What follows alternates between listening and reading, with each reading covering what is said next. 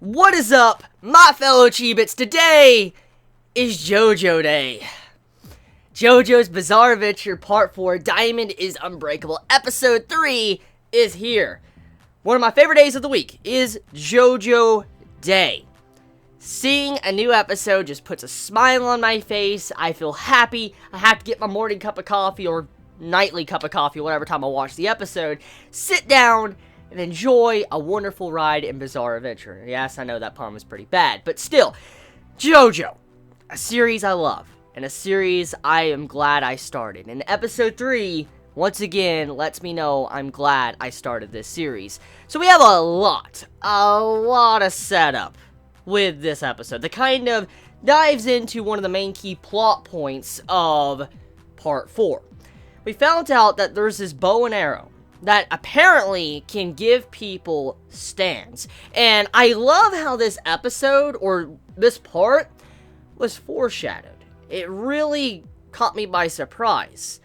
Apparently, this was kind of speculated before in Part 3, but not really completely dived into. But Dio got a stand, as we know, in the Zawaldo. And it was never explained exactly how he managed to accomplish it. We all assumed it was thanks to, the original JoJo's body. But apparently, it was thanks to this bow and arrow that gave Dio his stand. So here's the thing. This bow and arrow can give anyone a stand. You don't have to be born with one. So that means anyone, as long as if you survive through the process of being shot, you can be given a stand. Which, that's very scary. So we don't know necessarily if this person that was introduced in this episode, if he is the main villain of Part 4. I have no idea. But I will say, though, that when it comes to the bow and arrow, it's a very interesting plot development. Because it lets us know Dio was given his stand thanks to this. But also, it lets us know more about the stands that we saw in the later half of Part 3. Because if you remember, there were stands that were starting to pop up that weren't tarot cards anymore at the end of Part 3. And this makes a whole lot more sense when you start seeing stuff like this. So, I'm really excited to see what type of stands we're going to see in the future of Part 4. Because this adds a lot more variety. You don't know who most likely is going to have a stand. Anyone can have a stand at any age or any time.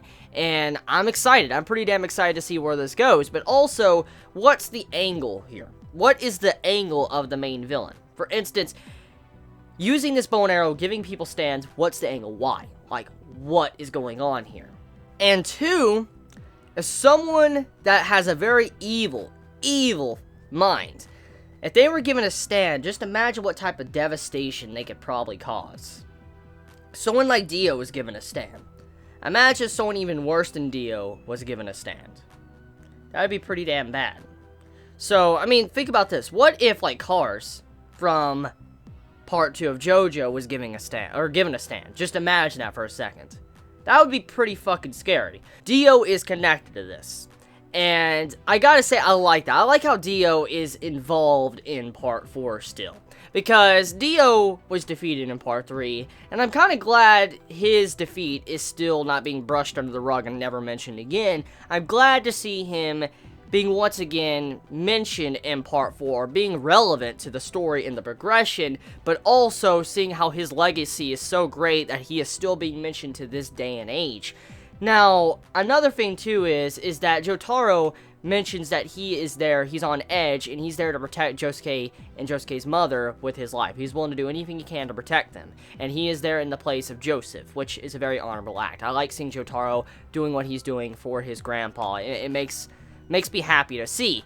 And I wonder if Joseph is actually going to make any appearance in Part 4. That's something I'm really interested in, because it's been a long ass time since we've seen Joseph, but also I wonder how old he looks.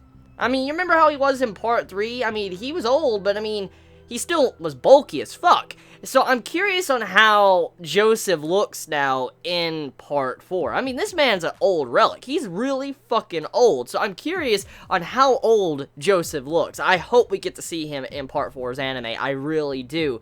So yeah, this episode, a lot of setup for the end game of the series most likely, but also we get to find out that if someone is given a stand that has a very evil mind, it can, you know, be pretty damn scary, because they can have a stand that could cause a lot of devastation. Like, for instance, the hands. That stand that was in this episode. Oh my god. That is a freaking broken stand. Being able to hit the space, like the air, and then make someone come closer to you like they move, it's like teleporting. That's a scary stand. That could easily be fucking broken. If he used it to the extremes, he could probably do some crazy shit with that. So, the stands now that we're already seeing in Part 4 are pretty ridiculous. I mean, the first stand we saw from Angelo, it was kind of standard, nothing, you know, 10 out of 10. But this stand, the hand, I wish we get more of that. Like, I want to get more stands like that, or, you know, see a stand or his stand more, and hopefully this isn't the last time we see the hand. I want to see more of it and see if it's going to be a reoccurring stand or reoccurring enemy that will pop up, because it has so much potential to be so fucking scary. But yeah, let me know your thoughts in the comments below. You all have a wonderful day or night wherever you live. Please be safe. Chibi out.